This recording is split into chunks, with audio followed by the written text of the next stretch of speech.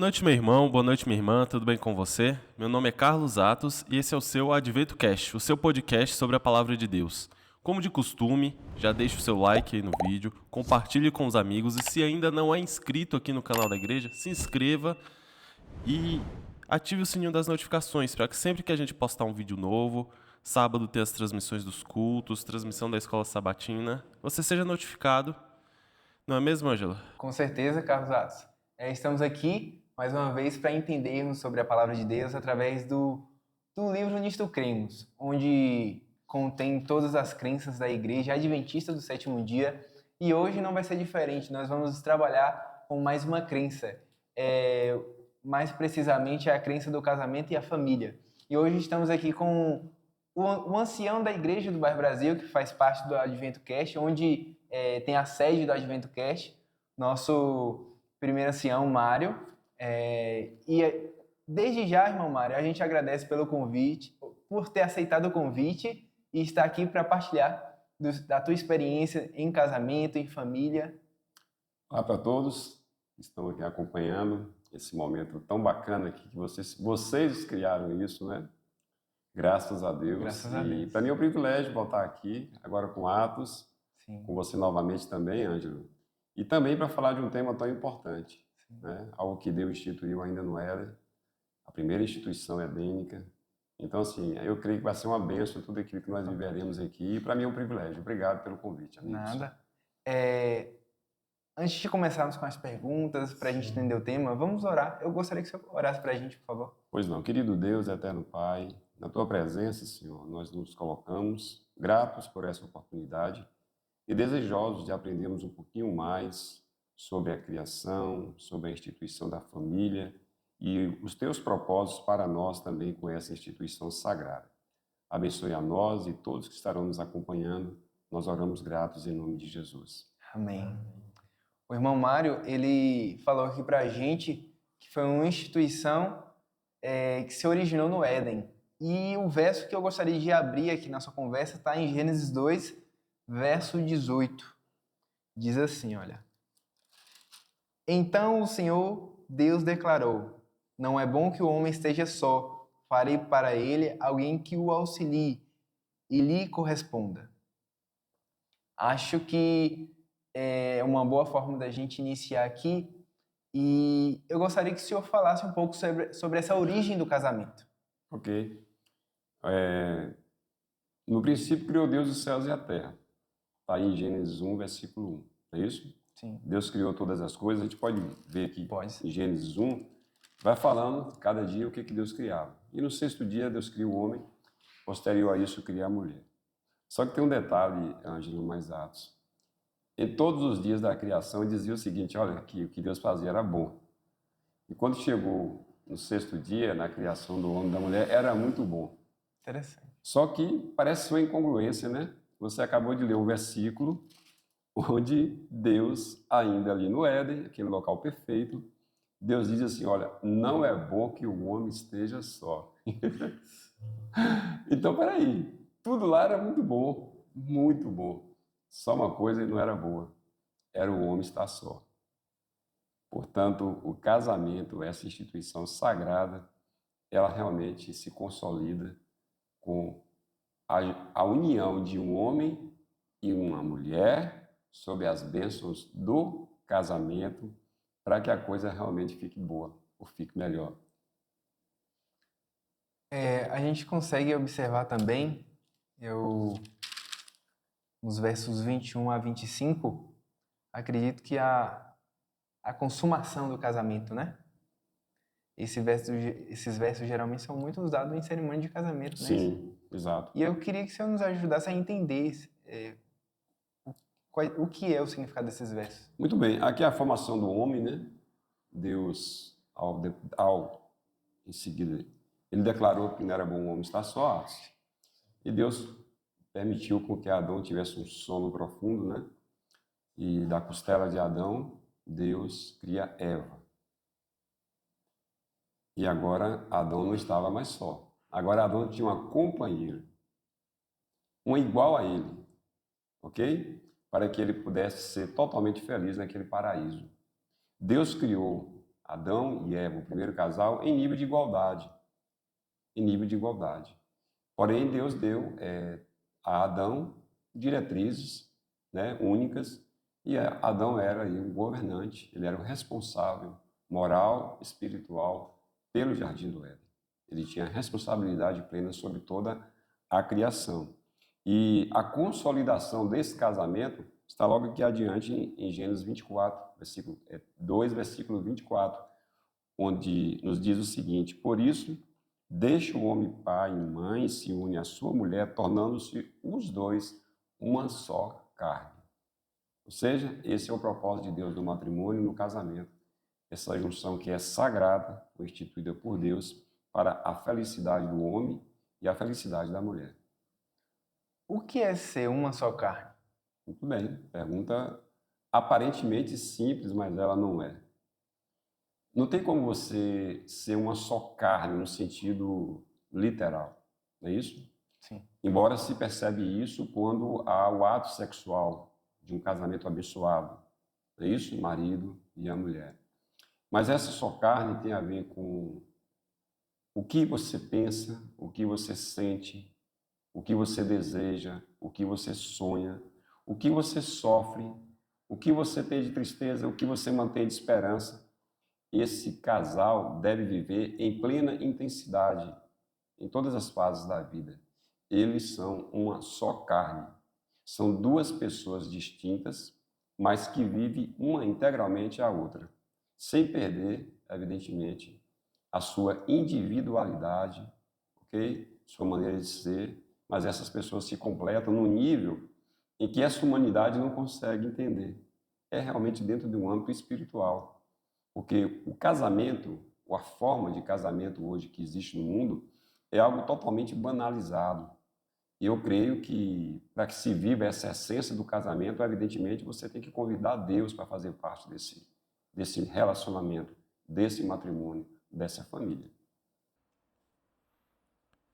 Um outro trecho aqui do verso que a gente acabou passando aqui é quando Adão fala para sua esposa ali, quando ele a chama de ossos dos meus ossos, carne da minha carne. Também estaria nesse sentido que você Sim, comentou? é plenamente, né, Atos?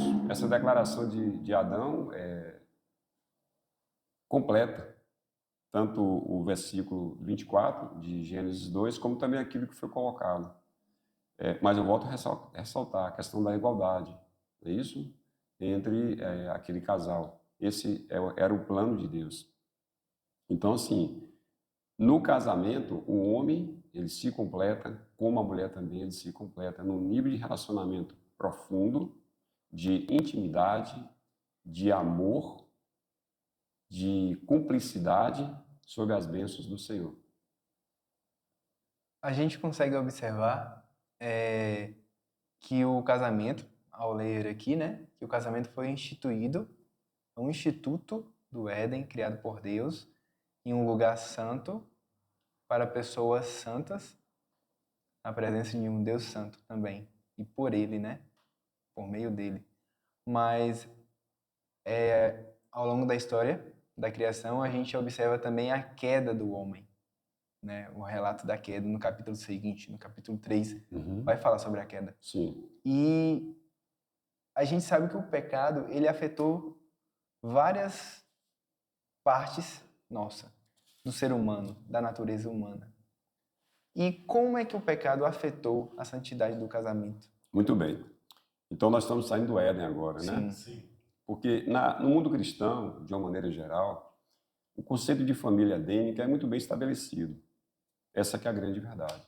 Claro, né, irmão? E o conceito de família é muito aceito, né, a nível geral e dentro do cristianismo.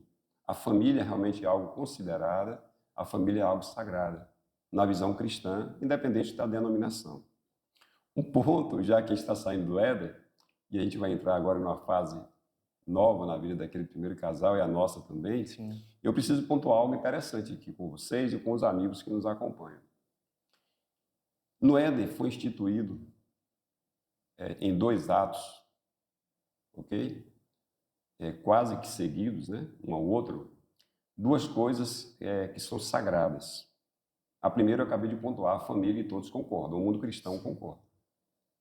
Mas perceba que depois que Deus concluiu todas as coisas, há uma celebração geral da criação. E na sexta-feira, ali ao pôr do sol, chegando o sábado, Deus institui esse novo dia como o memorial da criação.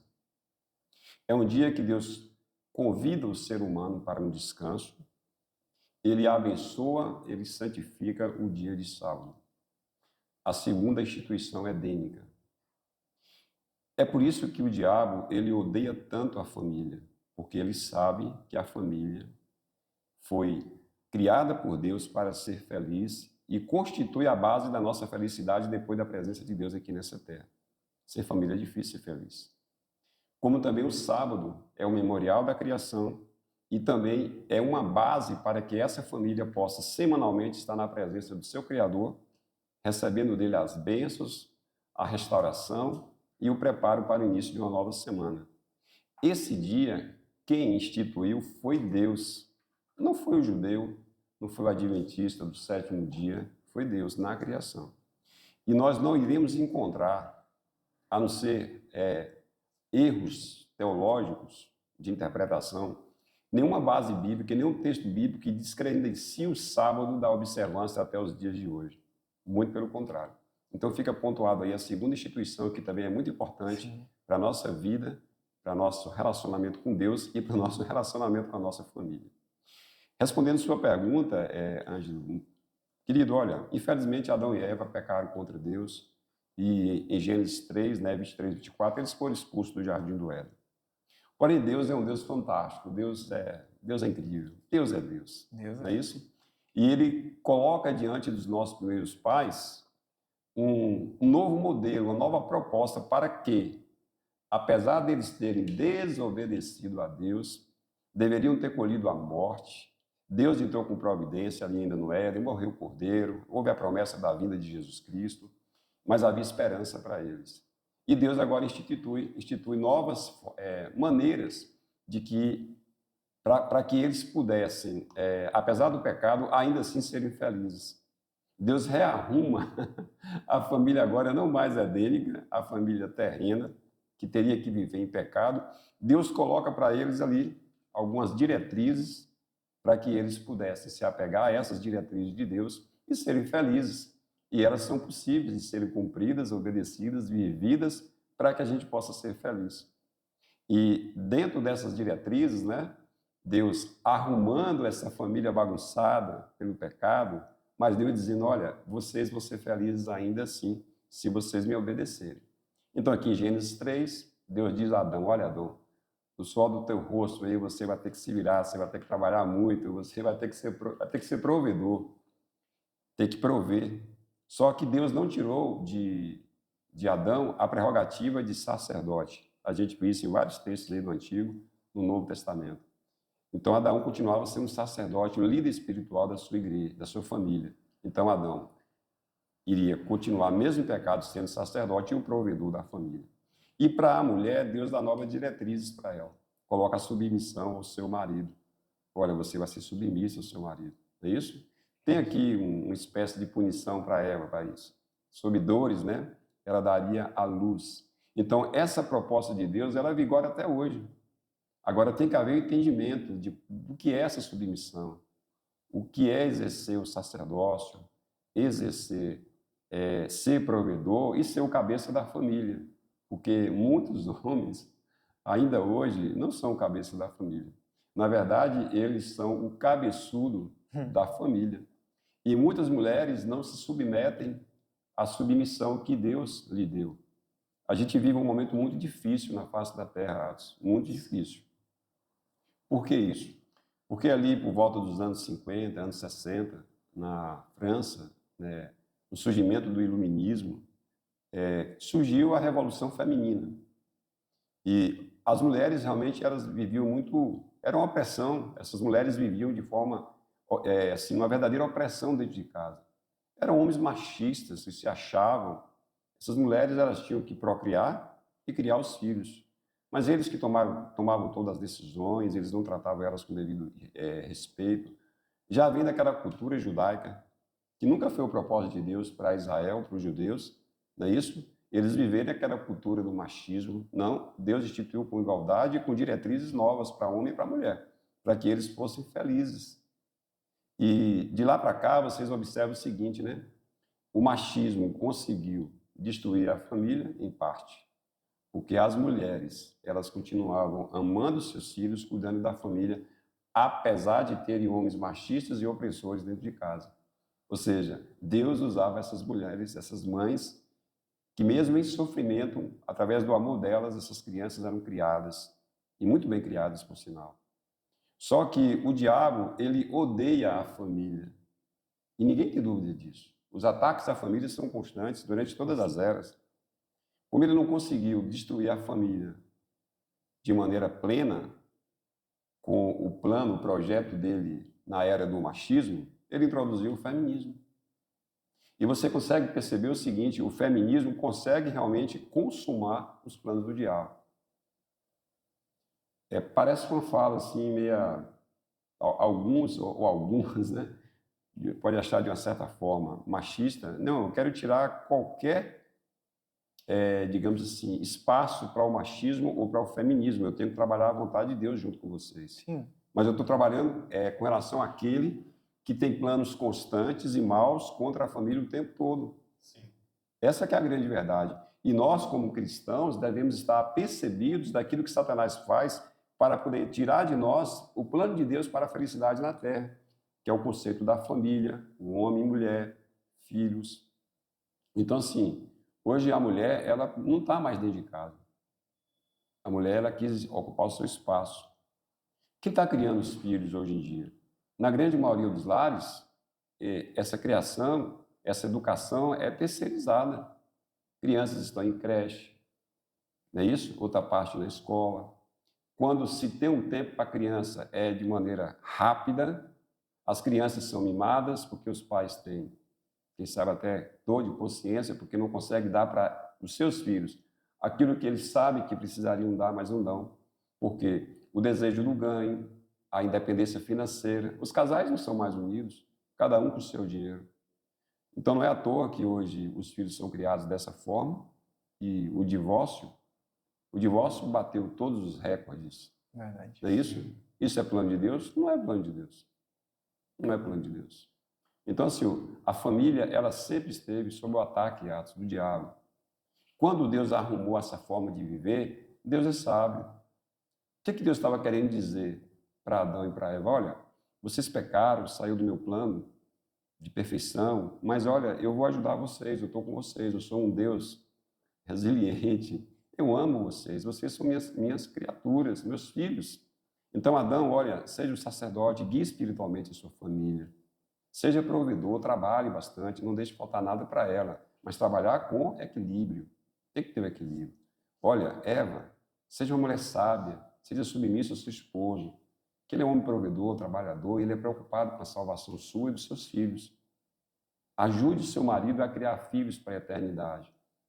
Então, esse era o propósito de Deus. Eu até tenho aqui, dentro dos papéis, Ângelo mais Atos e queridos amigos, veja bem, pai, sacerdote, provedor, mãe adjuntora, modeladora do caráter dos filhos, papel da mãe dentro de casa, na criação diária dos seus filhos, e filhos, objetos do amor e cuidado dos pais, como também os filhos devem obediência e respeito aos seus pais. Esse é o plano de Deus. Inclusive, isso está confirmado no 5º mandamento da lei de Deus, né? Para os filhos honrar os seus pais e as suas mães. Então, queridos, se nós buscarmos uma forma de vida que a gente se aproxime o máximo do plano de Deus para que a família seja feliz, mesmo dentro desse período de pecado que ainda estamos vivendo, ainda assim seremos felizes, porque contaremos com a misericórdia do Senhor. A obediência a Deus e às suas diretrizes nos traz felicidades. Então, assim, ao contrário do que se vive, do que se propaga por aí, o casal ele deve ser uma só carne em todos os sentidos. Deve haver uma cumplicidade, uma alternância de papéis. Juntos têm o mesmo propósito. Então, assim, a mulher pode trabalhar, lógico que ela pode trabalhar, mas tem que haver o quê? Um projeto de vida para a família, para esse casal, uma só carne, como também na criação dos filhos, para que apesar do mundo corrido, haja um projeto de vida buscando se aproximar ou viver o plano de Deus em suas vidas. Então, assim, hoje a igreja cristã, a igreja adventista, ela está sobre um sinal, nem digo mais amarelo de atenção, é um sinal vermelho mesmo. E se nós não nos voltarmos para o Senhor e adotarmos os planos de Deus para a nossa casa, teremos lares felizes, se dizendo lares cristãos.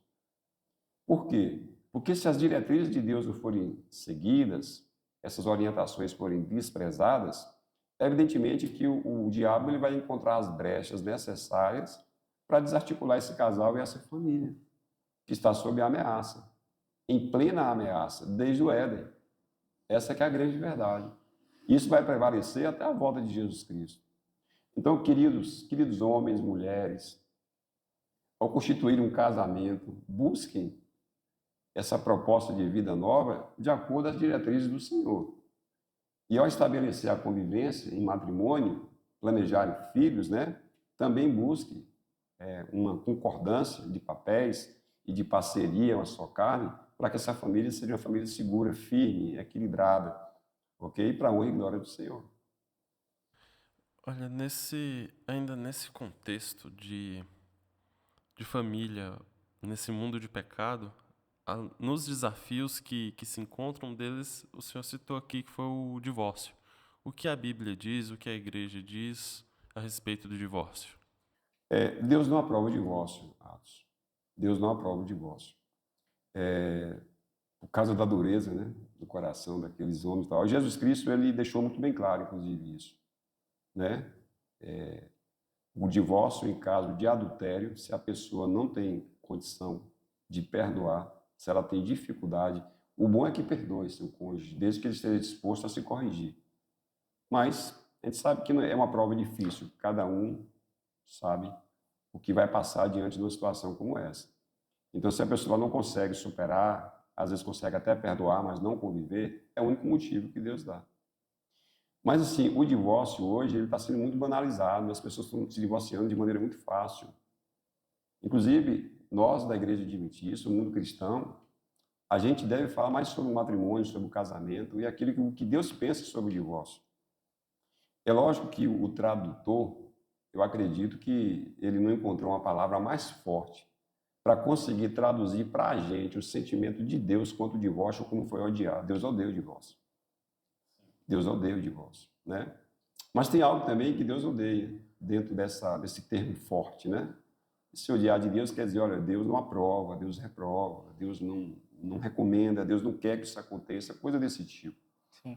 Mas aqui tem, até coloquei aqui nos princípios do casamento, né? Que tem alguns aqui para a gente colocar dentro desse podcast, sobre a questão do julgo desigual.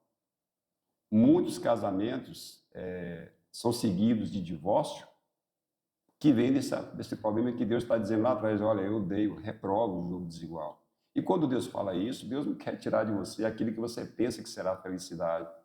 Deus, muito pelo contrário, Deus quer te livrar da infelicidade, porque Deus é onisciente. Então, o julgo desigual, ele é algo que o cristão deve evitar, como um conselho de Deus, não somente da igreja. Por que a igreja recomenda isso? Porque é o que Deus fala para nós. A igreja deve preservar os oráculos sagrados, né, aquilo que Deus pede. Ou seja, olha, você é um adventista do sétimo dia, namore e procure se casar com um adventista do sétimo dia, para que não haja esse julgo desigual da fé. Ok? Porque isso vai trazer dificuldade futura no casamento. A gente poderia aqui dissertar sobre essas dificuldades diversas, né? Mas eu creio que não há necessidade disso. Por que devemos evitar? Porque Deus está dizendo, olha, eu não recomendo, eu odeio. Eu não quero que você se case no julgo desigual. E o que a gente vai observando durante a vida é que Deus está certo sempre. Deus está certo sempre, né? Então, é mais ou menos por aí. Quando for possível, a gente fala aqui sobre os princípios do casamento, que eu creio que é algo interessante. Certo. Para a gente abordar. Antes da gente adentrar isso, algo que ficou instigando aqui na minha mente, só para o pessoal de casa ficar sabendo também, o irmão Mário, o senhor é casado há quantos anos, irmão? Ô, Ângelo, bacana. Pessoal, olha, é interessante eu falar um pouquinho de mim. Eu creio que sim. Eu nasci no lar de uma viúva pobre. certo? Então, assim, eu não tive pai. A minha mãe se desdobrou para ser aquela viúva pobre, extremamente dedicada aos seus 4 filhos. Eu era o caçula, Atos. Então, a minha primeira experiência é de um lar sem um pai. Mas eu sei a falta que meu pai me fez. Apesar de minha mãe ter dado tudo dela para poder aliviar essa ausência de um pai dentro de casa. Mas eu sei tudo que eu passei por falta de um pai. E Deus me presenteou aos 14 anos, e chegou meu pai, meu padrasto, Dário, um beijo para ele. Camarada que assumiu a paternidade mesmo e tem sido uma bênção para mim e para meus irmãos, né? Então, assim, e me deu também um irmão novo, né? O Binho Weber, que vocês conhecem. Agora, eu me casei aos 20 anos de idade. Ângelo, eu estou casado já há 37 anos, estou indo para 38 anos de casado. Então, assim, para a honra e glória de Deus, Atos, eu quero dizer que os planos de Deus estão certos. No início do meu casamento, digamos assim, que a gente não colocou em prática as diretrizes de Deus e tivemos dificuldades, né? Por algumas vezes, quase que eu e minha esposa, a Célia, a gente se separa. Mas lá atrás, em bom tempo, a misericórdia de Deus nos alcançou. Amém. Ok? E nós começamos a entender e a implantar na nossa forma de viver o que Deus pede para nós. E aí tudo mudou, amigo. Então, assim, eu posso dizer como testemunho vivo, se minha esposa estivesse aqui, ela falaria a mesma coisa. Deus está certo. E colocar na nossa vida esse formato que Deus propõe, ou nos aproximarmos o máximo possível daquilo que Deus nos pede, vai dar resultado. Qual o resultado? Né? São 3 filhos maravilhosos. Casamento de quase 38 anos, feliz. Eu sou feliz com a minha esposa. Uma bênção no nosso casamento, para a honra e glória de Deus. 3 filhos, Atos. 2 filhas casadas. Uma casada com o pastor da igreja, filho dessa igreja, inclusive o pastor Lai. Outro do Willio, ancião de igreja, líder de igreja. O do Willio casado com a Monique, minha filha mais velha. E o Laio casado com a Gabi, Gabriela, a minha filha do meio. A Monique e o Duílio têm 2 filhas, e o Laio e a Gabi, um menino e uma menina. E o Mário Júnior, que vocês conhecem, hoje está no IABC. Um beijo, meu filho, te amo. Uma bênção de Deus, ok? Uma bênção de Deus, estudando, se preparando para os desafios da vida. Sim. Então, amigo, deu certo. Teve dificuldades, mesmo depois de colocar o plano de Deus como projeto de vida, lógico, o diabo tenta, as dificuldades vêm, mas tudo isso são ajustes. Lá em Eclesiastes diz assim, ó, que o cordão de 3 cordas, né? Sim. Não quebra. Ou seja, se quebrar é porque eu permiti, Atos. Ou então a minha esposa permitiu. Por isso falar, não se quebra facilmente, né? Porque quando você institui uma base de casamento com Cristo e o casal se apega a Ele, vem as porradas da vida, vem as dificuldades, vem crise, vem de tudo. Financeiro, saúde, acontece de tudo realmente. Mas quando Cristo faz parte, Ângelo mais Atos, sabe, esse casamento ele não vai romper. Ele pode sentir, ele vai sofrer, faz parte da vida e do crescimento do casal. Mas parece que vai, sabe, Atos, a coisa vai consolidando, vai ficando mais forte. O nível de amizade, uma só carne, você vai percebendo isso na vida. Naturalmente, Atos. né? Você vai notando que Deus nos dá a entender isso. A ponto de o que acontece com minha esposa me diz respeito, o sentimento dela, a dor dela, a alegria dela, a esperança, a tristeza e vice-versa. A gente se comunica, a gente conversa sobre tudo, a gente sonha junto, a gente planeja junto. Em todas as fases da vida, um está cuidando do outro. E meus filhos, meus genros, meus netos agora são testemunhas disso. Essa que é a grande verdade. E procuramos viver o mesmo propósito de vida e temos também a mesma fé. Estamos indo para o mesmo lugar, aceitando as mesmas diretrizes bíblicas e recebendo juntos a bênção de Deus no casamento. Ou seja, o plano de Deus está certo sempre. Precisamos o quê? Colocar em prática na nossa vida. Essa que é a grande verdade. Maravilha. Só para concluir, o irmão Mário, ele está casado há 37 anos. Isso. Um casamento que ele falou aí, uma família abençoada. Sim. Para a honra e glória de Deus. Atos, está casado há quantos anos, Atos? 2 anos. Tá em lua de 2 mel. anos e pouco. Que coisa boa, viu? Já Eu vou cortar a forma que a gente aborda aqui, eu queria que elas falassem. Como é que está sendo essa experiência de lua de mel, como o irmão Mário Muito falou? bom, quero ouvir também. Olha, até agora tem sido uma bênção. casamento, Vanessa, minha esposa, um beijo. Ela também a gente se conheceu na igreja, Bom, realmente. sim. Foi num campuri de jovens, inclusive, alguns anos atrás aí.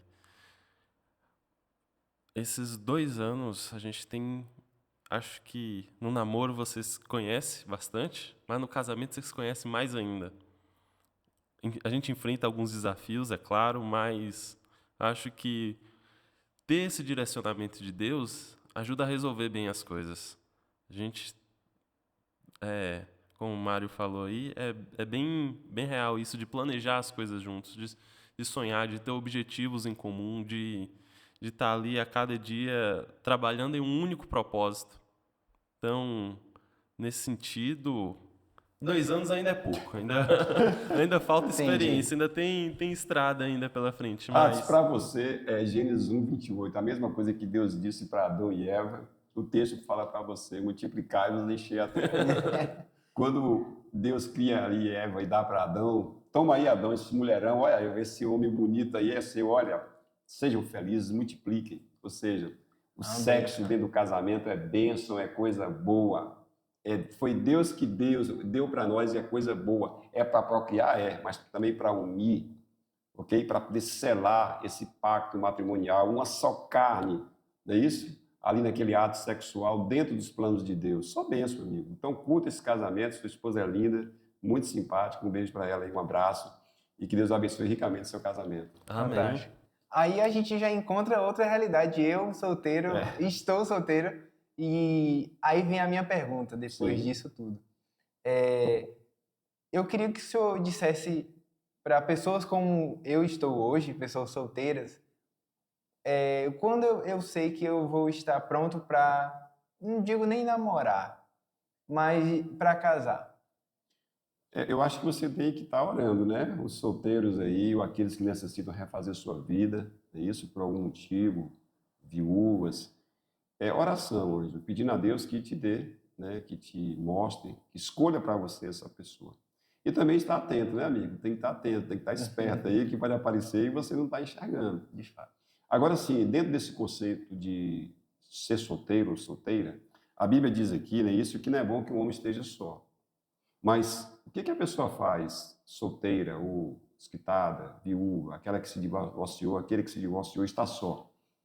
Estão taxados a serem felizes? Não, de forma alguma, né? Se apeguem a Deus, busquem uma maneira de viver enquanto solteiros, né? Que agrade ao Senhor, sejam fiéis a Ele e coloquem essa questão na mão dele, ok? Se for o plano de Deus, evidentemente vai aparecer alguém na sua vida e você vai receber a bênção do Senhor, que sabe está constituindo uma nova família ou os solteiros se casando.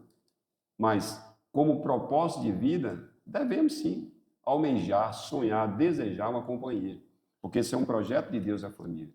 E, por exemplo, eu estou com 57 anos de idade, eu já sinto, cada dia que passa mais, eu tenho uma alegria, gratidão por minha esposa, mas eu vejo que se ela não existisse e eu estivesse só, ia ser muito ruim. Tem um período da solidão. E durante a vida, em muitos momentos, você vai precisar dessa carne sua. Não é isso?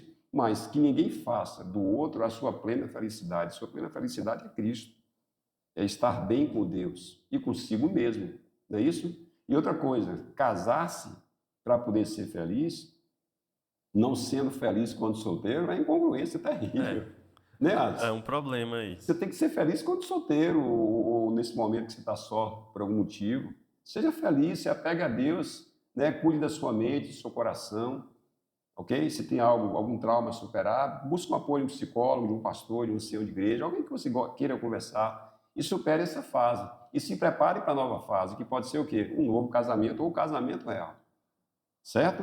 Mas devemos adentrar um casamento para fazer aquela outra pessoa feliz, não para ser feliz.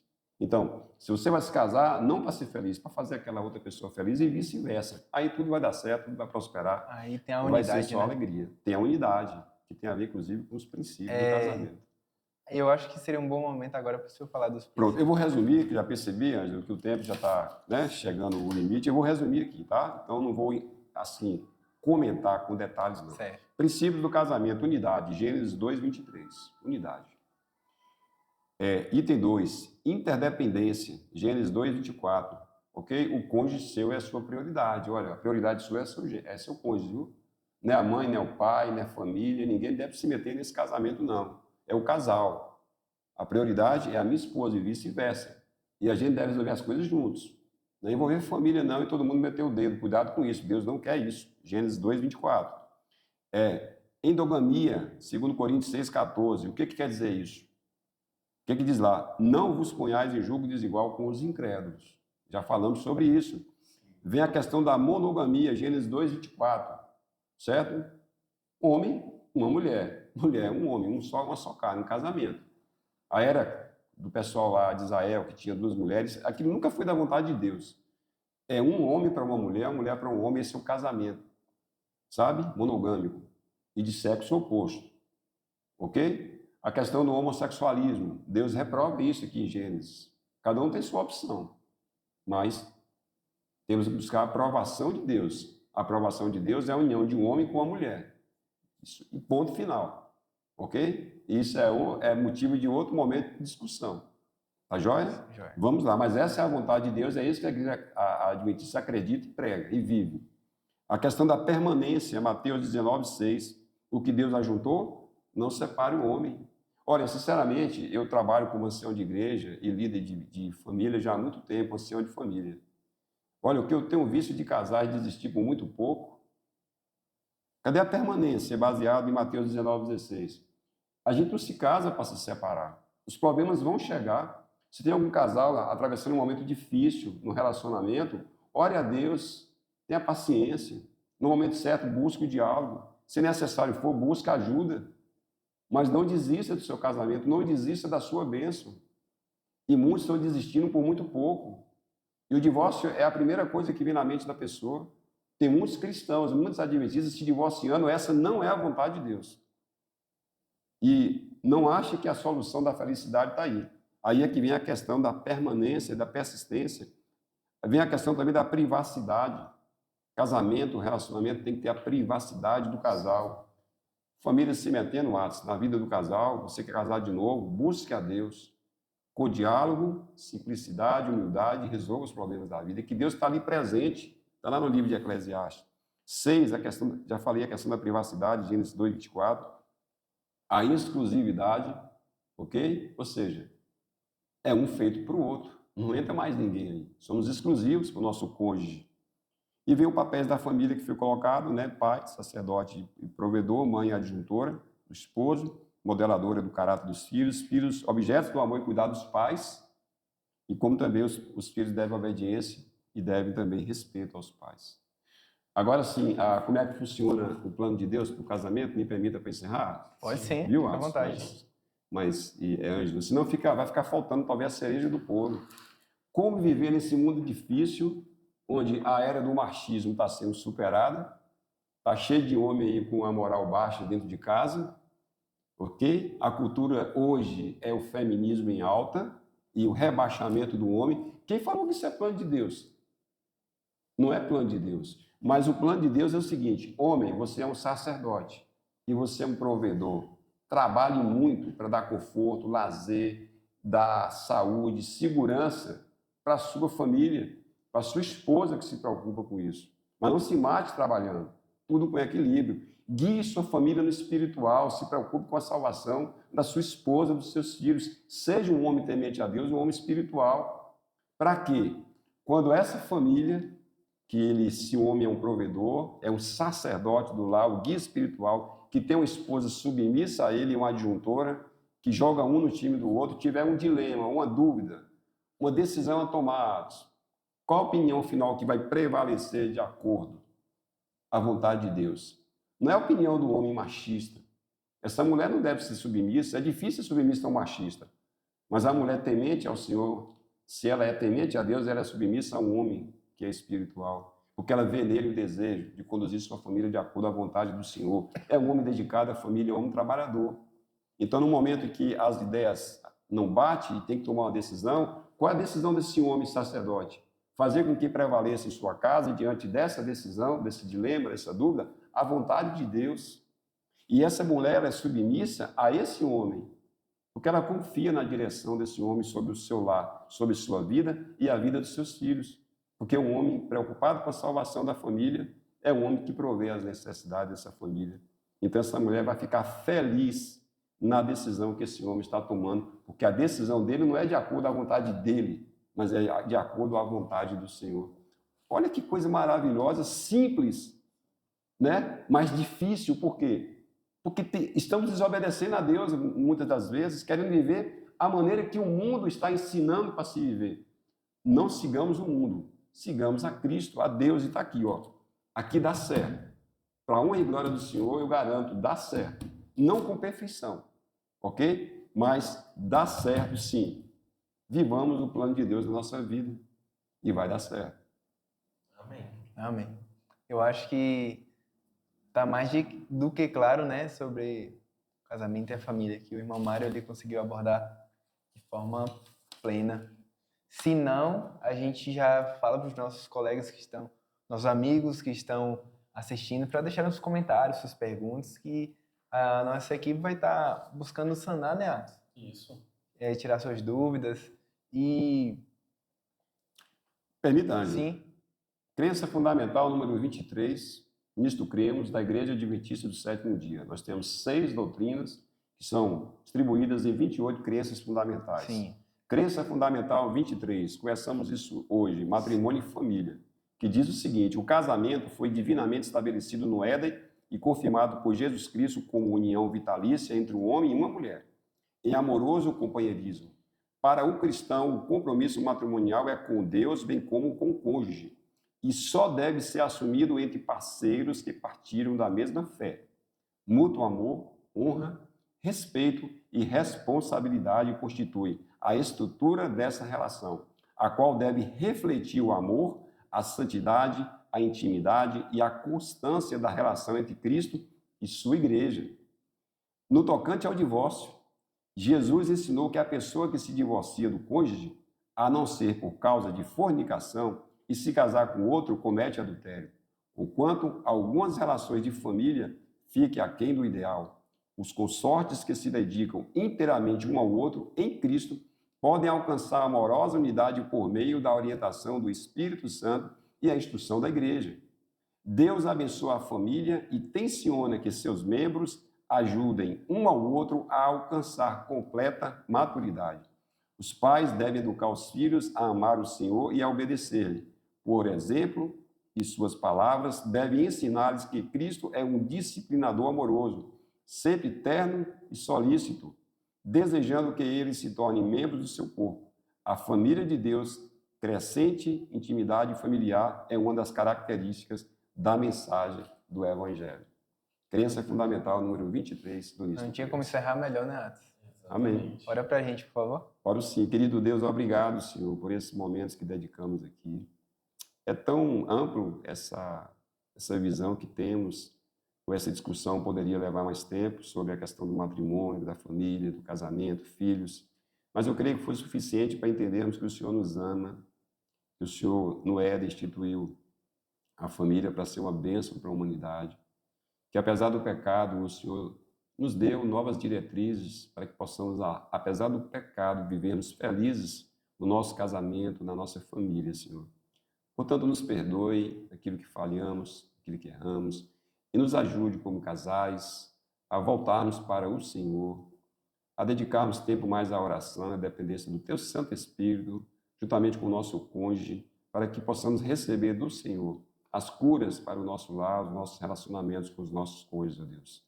Aos solteiros, abençoa os planos, os projetos de vida, que eles sejam felizes no Senhor e que, se for da Tua vontade, o Senhor possa, no momento certo, escolher pessoas que sejam da mesma fé, tementes ao Senhor, para que sejam felizes na constituição de uma nova família. Que assim seja, oramos gratos a Deus em nome de Jesus. Amém. Então, a gente já finalizando, né? A gente agradece ao irmão Mário mais uma vez por ter aceitado esse convite de partilhar sobre essa crença e sobre o que a Bíblia diz sobre o casamento, sobre a família. E eu acredito que a gente conseguiu esclarecer muitas dúvidas e